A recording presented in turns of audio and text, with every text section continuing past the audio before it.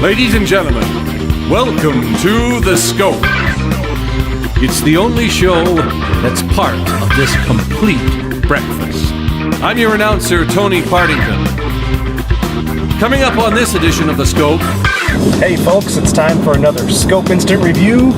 It's a review where we give you our instant impressions right after experiencing something.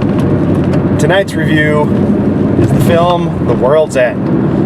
This is the latest from director Edgar Wright and stars actors Simon Pegg, Nick Frost. You may remember them from other films like Shaun of the Dead and Hot Fuzz.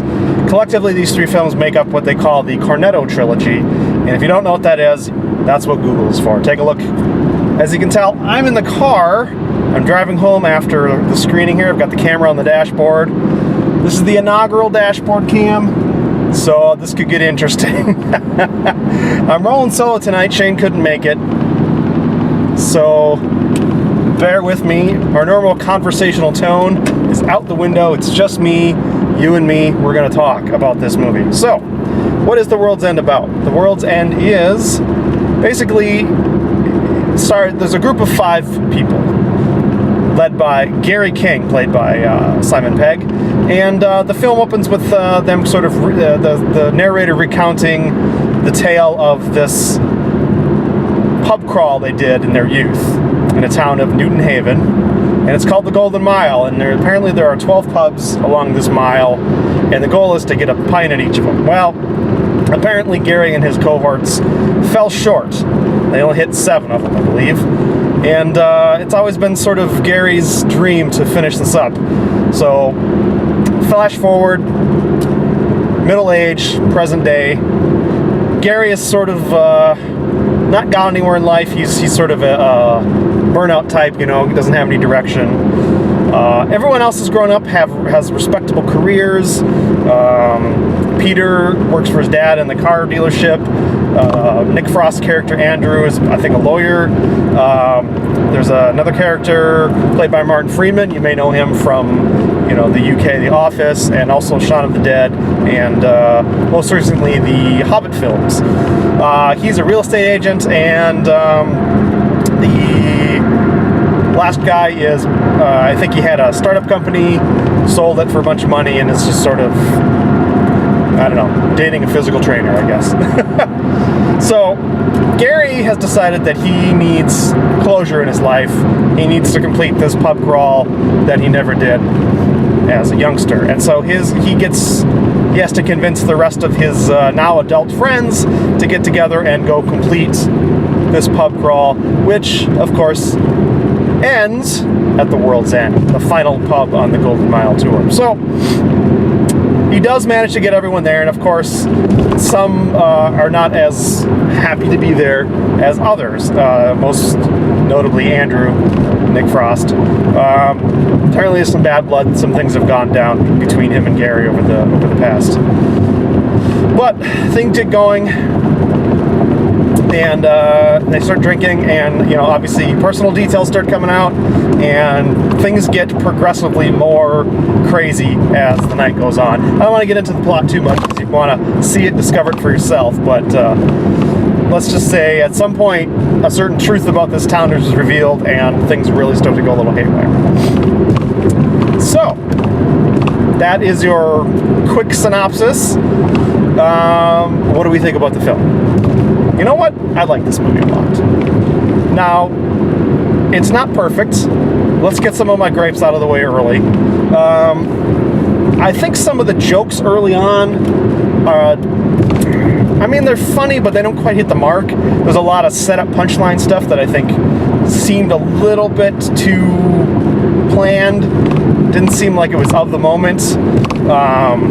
But it's not bad. It's not bad. But once things really sort of start to get turn on their ear a little bit, that's when the real hijinks begin. That's where the real good, funny comedy moments begin, and that's where the film, I think, really takes off. Now, you could also make a case that, just like all the other Edgar Wright films, this one struggles a little bit with tone, trying to decide what it is, and you know, for me, that's a minor quibble. I think for the most part, you know, it mixes action and comedy and horror, science fiction all together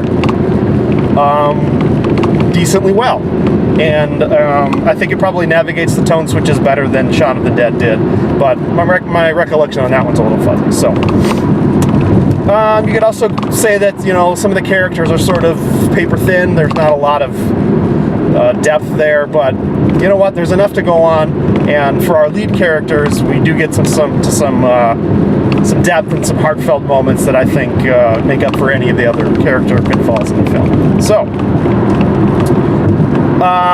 what I do love about this film is that, like I said, there's some truly great comedy moments. There's just some perfectly timed bits that will have you really, really laughing hard. What I also liked about this film is that there's consequences. Things happen, and you see this type of film, and it's so often things of a destructive nature can so easily be rolled back. Just like, oh, it was just a joke, or so-and-so was actually here, or all you have to do is find this magical device and all of the ills that have happened to the world will be reversed. But this film doesn't do that. There are things that happen, there are decisions that are made, and the consequences have to be lived with. And I'm impressed by that, honestly. I think that's actually, took guts to do that. Oh, poor guy's pulled over. Need some lights.